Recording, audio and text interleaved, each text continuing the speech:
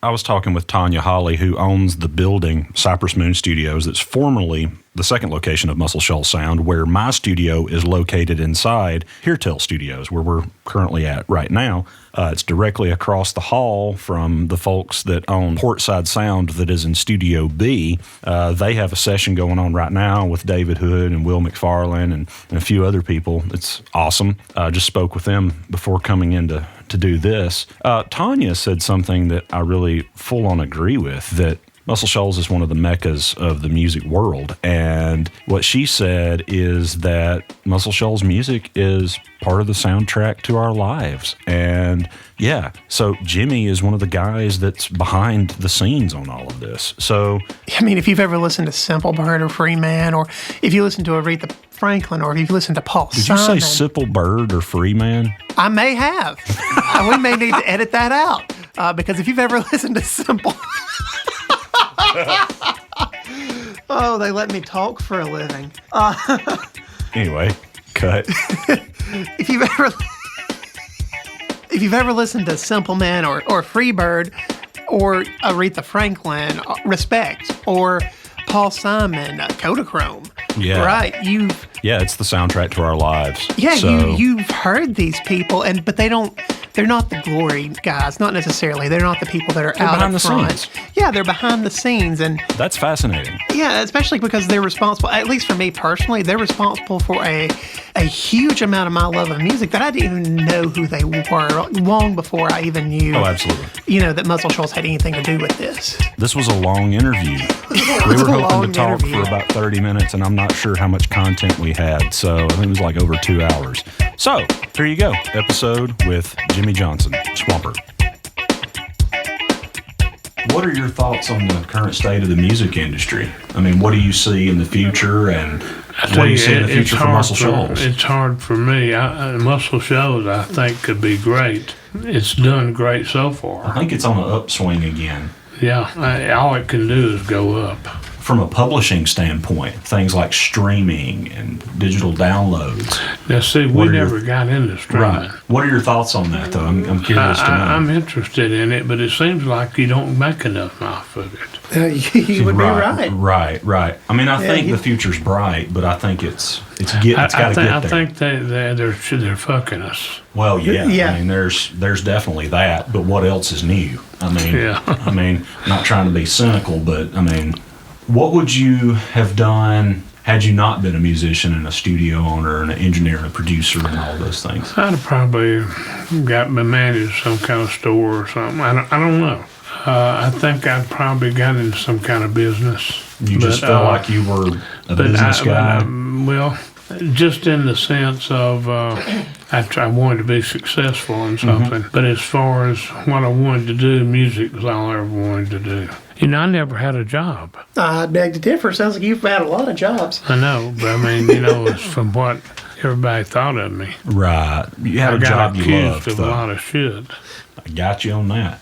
What advice would you give to someone like me or Dan or any aspiring musicians, singers, songwriters, publishers, producers, engineers? What advice would you give? Well, just set your goals and try to achieve them, That's the main thing. I mean, you got to always keep setting higher goals all the way. So once you reach one, set you a new one. To start to raise it up. Keep raising the bar for yourself. Yeah. Mm-hmm. That's awesome. Do you have any more questions, Dan? How many takes was Freebird? Do you remember? I think mainly probably one.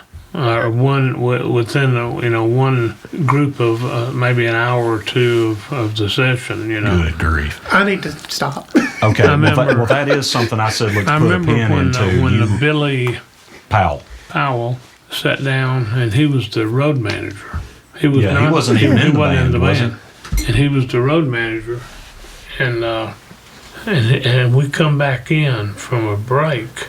And he's playing piano, this concert-style piano, like he played, right, which was incredible. Yeah. Oh, yeah. It's ridiculous. He played incredible piano, and it's matching in with this rock and roll shit. And we're going, holy shit! Listen to that. And so for the first time, we heard Billy Powell with the Freebird track, before the piano. Because when we left the studio, it was just the Freebird, mainly guitars. Yeah, I can't imagine it without And piano. then No, it has to have the piano. there was 2 guitar players, and they were still doing all the solos and all that stuff, but no piano. And when we come back in, Billy's playing this incredible piano. We're going, and we walk in, and Ronnie Van Zant and we sat down at the console. I said, I don't know about you, Ronnie, but I said, I've got to go and record. So were you the engineer on all of this? Yeah. Wow. And so Freebird,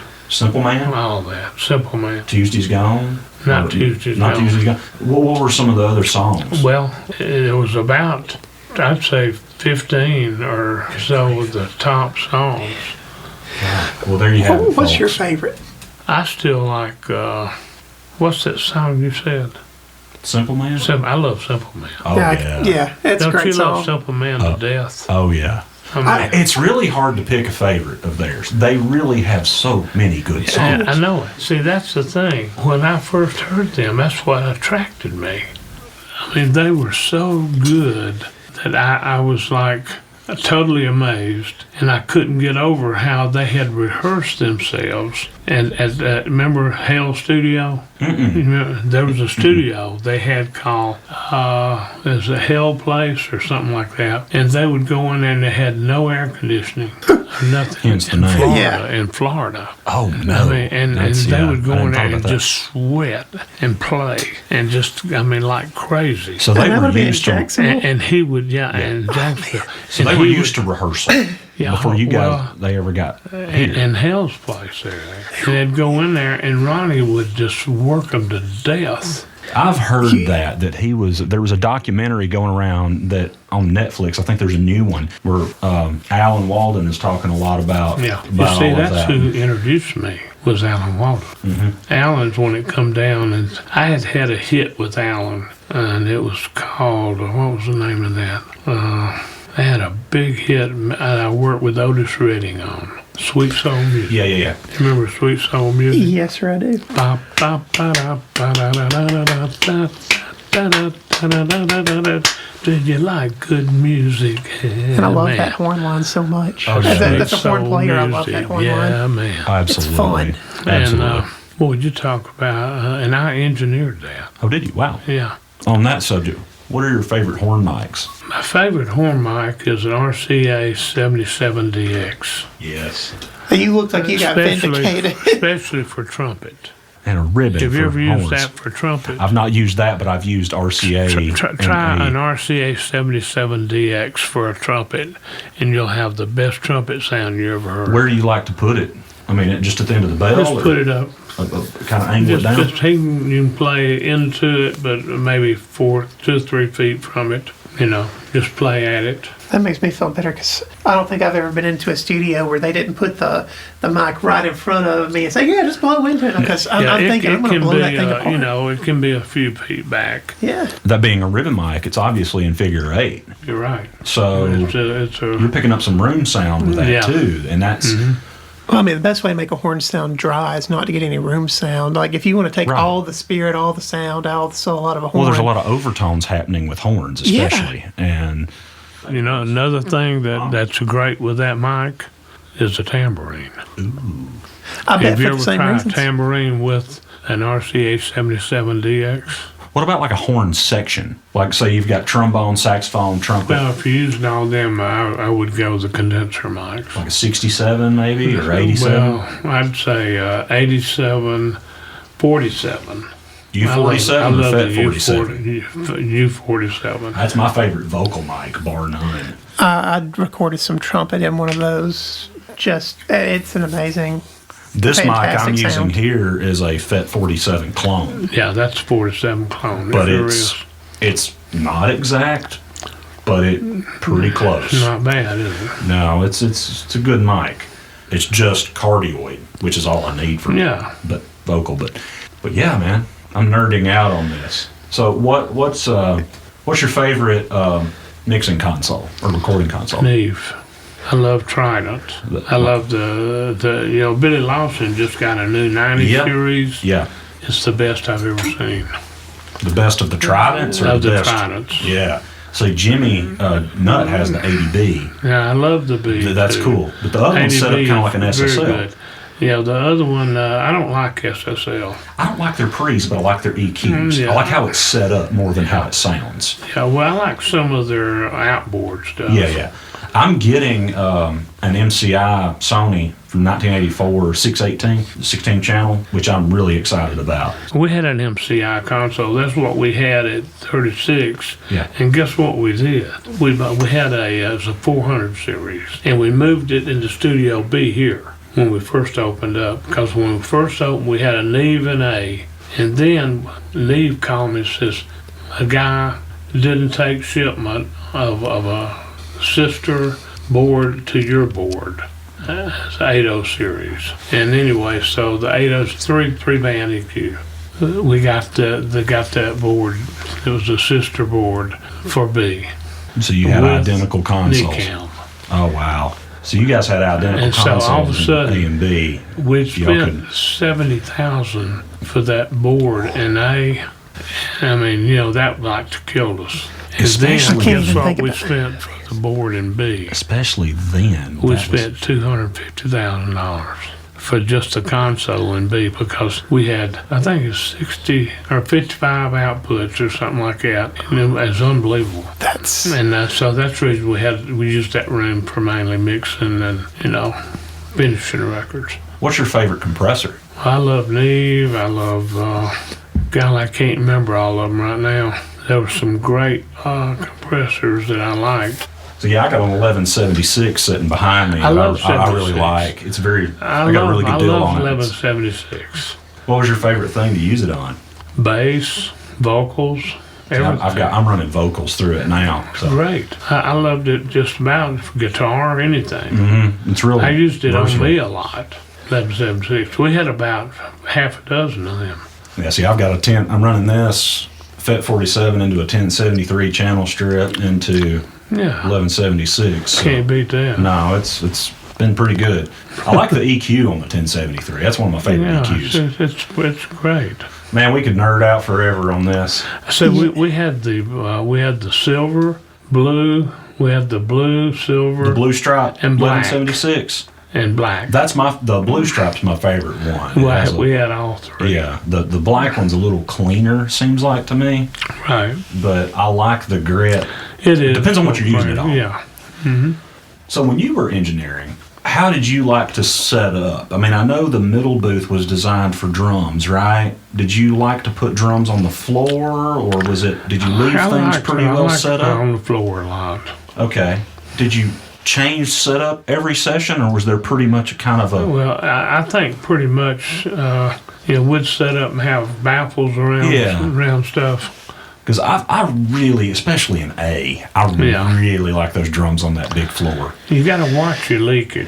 Yeah, but I don't really... I mean, sometimes that room, it's sometimes leakage is good. Yeah, I feel I mean, that way it's too. helpful, it can add to the sound, but then it can be Yeah. not good at times. Yeah. Just depends on what you're cutting. Yeah. Well, I mean, even in here, I mean, I've got the space, the office next door that I got to run a video system where everybody can see what's up, but I'm going to move my drums over there, and this is primarily going to be a control room, put a love seat over there, and leave the piano in here and move the guitar amps in there, and I got some baffles at the house. I got to finish building, but yeah, right. we started those last year. I know.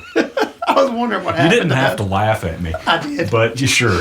But anyway, the idea is, I mean, in here, I've tracked full bands in here. And with everybody playing with dynamics and not feeling like they've got to turn to 11, I've gotten some great results. I mean, then you overdub the other guitar parts or percussion or vocals. We've done a lot of stuff in the control room. I love tracking guitars and keyboards and vocals and, just We'll have a lot of that in the maybe control. out in the room. Yeah. But then a lot of the equipment, I'll have in the control room.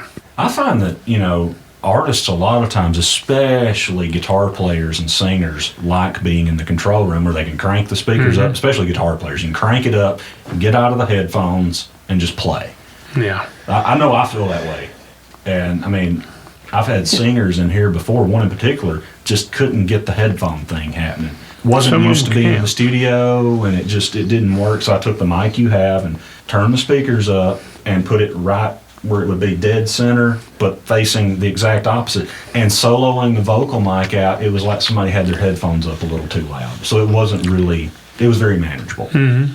But yeah, I don't wig out on leakage. I mean, you want to control it as much as you can, but it's kind of a glue in a lot of ways.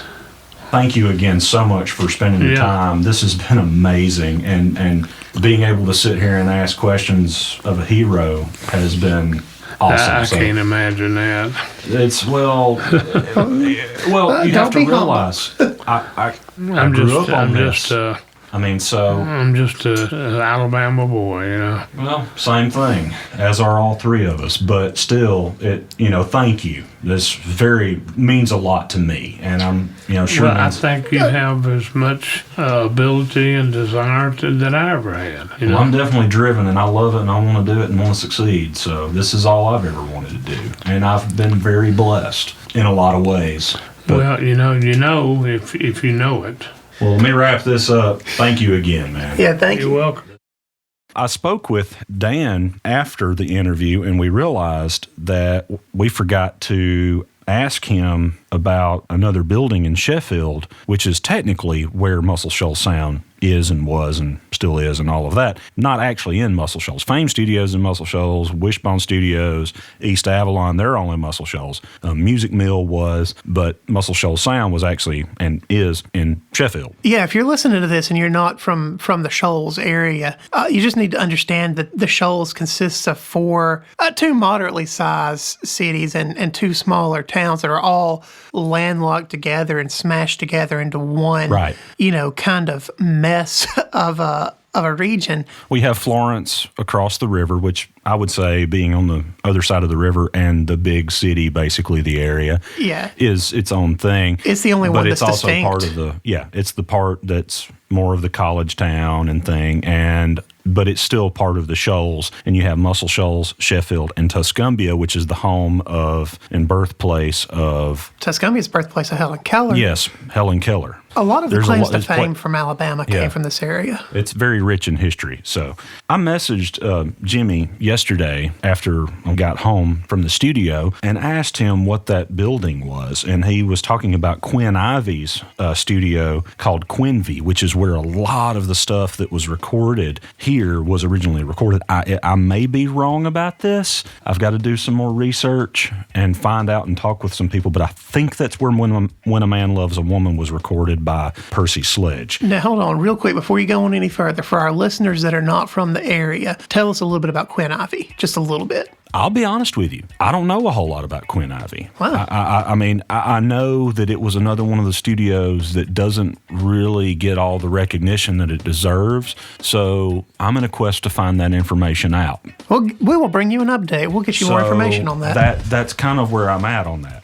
He did tell me that it was on 2nd Street across from Toontown Record Store. That's where the studio was, which no longer exists. And it was once a Bluebird Cafe, not the Bluebird Cafe in Nashville where you have all the singer-songwriters. But anyway. So are we talking the 1950s here, early 1960s? See, again, I've got to find more detail out. Okay. He said he worked at Quinn's Toontown selling records during a layoff period from Fame. I guess it was just a slow down time where Rick couldn't afford to pay everybody in a moment. So we're talking early Muscle Shoals music history here. We're talking... it was before Muscle Shoals Sound. Anyway, that's the update on what that building was that he was referring to.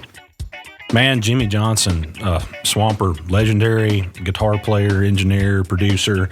I know we've already said this, but it's hard to overstate just how important this man is to the modern landscape of music. Not just what was, but in every sense of the word, this is the roots. If you like, modern rock, modern pop, even. Here it is. Here's one of the many branches of the roots of this. Yeah, he's definitely one of the guys, if you don't know anything about, you should. Thanks again to Jimmy. Very much appreciated. We enjoyed our time together. He's such a kind, sweet person, such a talent. thanks again to you for listening. Yeah, absolutely. You know, Because without you guys, we have no reason to do this podcast. yeah, otherwise we're just two guys talking into microphones by ourselves in a room, and that's Weird. it's a little weird. And sad. Do you feel sad? I don't Always. But I don't feel sad. I'm in a good mood. no. Okay. We appreciate any feedback because it helps us be better. We're still in the trenches in this. So we're figuring it out as we go along. So any help is very much appreciated. Tell all your friends. Spread the word. Share it. Instagram, Twitter, Facebook. We're on iTunes, Spotify, SoundCloud, YouTube. Pretty much everything. Yeah. Hey, get them in the car with you, lock the doors, drive down the road, and make them listen to it as you drive. You know, hey, whatever works. I'm not sure we should. I'm not sure we should encourage kidnapping. Okay, let's not encourage kidnapping. Fine. Just do it on a road trip. Yeah, road trip. They can't get away. Yeah. Hey, seriously. Don't lock them in the car with you. Don't kidnap your friends. Thanks again, guys.